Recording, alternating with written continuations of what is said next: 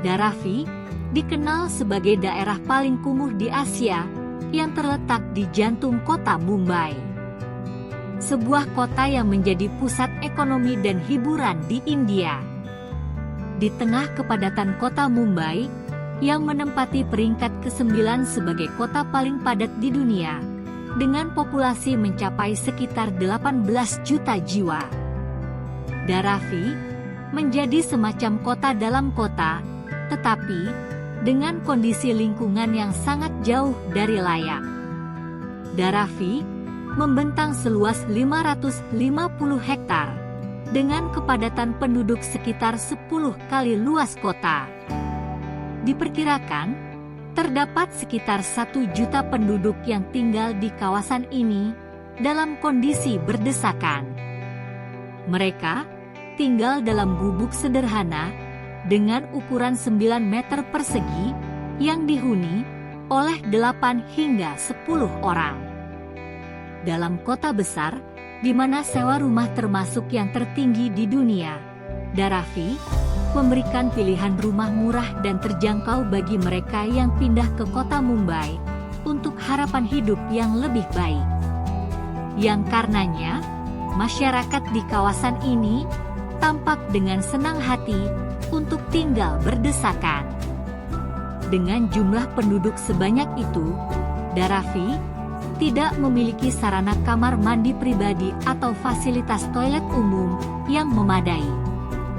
Berdasarkan persentase, Dharavi hanya memiliki 1 toilet untuk setiap 1.500 penduduknya. Bahkan, kamar mandi dan toilet yang berada di kawasan ini menjadi properti yang paling tidak terawat. Pengunjung yang datang ke Dharavi dapat menemukan 3 jenis toilet umum, yaitu gratis, berbayar, dan yang dikelola oleh masyarakat perumahan. Tetapi sayangnya, toilet gratis di Dharavi tidak pernah memiliki air. Kendati dikenal sebagai kawasan kumuh, dengan penduduk yang memiliki tingkat pendidikan rendah, tetapi Dharavi adalah pusat kegiatan ekonomi. Terdapat sekitar 4.900 unit produksi di Dharavi, mulai dari tekstil, tembikar, restoran, hingga daur ulang sampah, yang menghasilkan pendapatan yang fantastis. Sebagian besar produk ini dibuat di unit manufaktur kecil yang tersebar di daerah kumuh dan dijual di pasar domestik maupun internasional.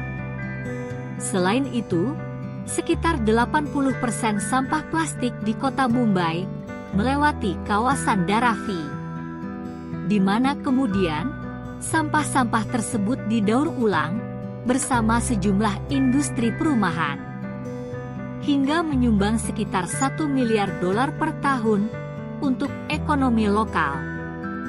Bukan hanya itu, Dharavi juga kerap dikunjungi oleh turis untuk berwisata. Beberapa tour and travel menyediakan pemandu langsung dari warga lokal untuk berkeliling di kawasan kumuh ini. Tujuan tur itu sendiri digunakan untuk menghilangkan anggapan tentang masyarakat Dharavi yang penuh penderitaan. Mereka ingin menunjukkan pada dunia bahwa penduduk setempat mampu mencapai mimpinya, meski dalam kondisi yang terpuruk. Dharavi memiliki sejarah panjang. Pada abad ke-18, Dharavi merupakan sebuah pulau dengan rawa bakau yang dominan. Sampai akhir abad ke-19, Dharavi adalah kawasan jarang penduduk yang dihuni oleh nelayan koli dan membuat kawasan ini dijuluki sebagai Desa Koliwada. Pada tahun 1850-an Dharavi berkembang semakin pesat, sehingga kepadatan penduduk di kawasan ini meningkat 10 kali lebih tinggi dari kota London di masa itu. Dan, seiring dengan perkembangan ekonomi yang meningkat pesat, banyak migran pedesaan yang mencari pekerjaan datang ke kota Mumbai. Sehingga populasinya melonjak melewati 1 juta. Tempat tinggal dan pabrik skala kecil tumbuh sembarangan di Darafi. Tanpa penyediaan sanitasi, saluran air, air minum yang aman, jalan, atau layanan dasar lainnya. Namun demikian, beberapa komunitas etnis, kasta dan agama yang telah menetap di Darafi waktu itu membantu membangun pemukiman Darafi, membangun sekolah serta kuil, membangun rumah, serta pabrik. Pada tahun 1887, masjid pertama di Darafi mulai didirikan. Kemudian pada tahun 1913, kuil pertama di Darafi juga didirikan. Saat kemerdekaan India dari pemerintahan kolonial pada tahun 1947, Darafi telah tumbuh menjadi daerah tumbuh terbesar di kota Mumbai dan seluruh India. Saat itu, kawasan ini memiliki beberapa ruang kosong yang terus berfungsi sebagai tempat pembuangan limbah bagi operator di seluruh kota. Dan saat Mumbai terus berkembang sebagai kota, maka Darafi menjadi kawasan yang dikelilingi oleh kota dan menjadi pusat utama untuk ekonomi informal. Karena lokasinya yang strategis, mengembangkan kawasan seluas 550 hektar ini merupakan usaha yang sangat menguntungkan dan menarik. Terdapat banyak rencana sejak tahun 1997 untuk membangun kembali Darafi seperti bekas daerah kumuh Hong Kong. Pada tahun 2004, biaya pembangunan kembali kawasan kumuh ini diperkirakan mencapai 630 juta dolar. Dan pada tahun 2010, rencana pembangunan kembali Darafi diperkirakan akan menelan biaya sekitar 1,9 miliar dolar.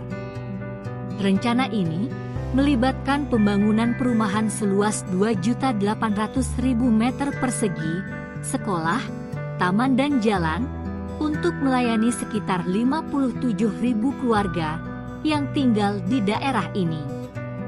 Bersama dengan 3.700.000 meter persegi ruang perubahan dan komersial untuk dijual.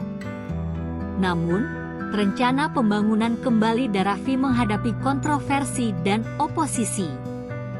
Sebab pembangunan itu akan benar-benar mencabut akar kehidupan dan pencaharian dari sekitar 1 juta penduduk.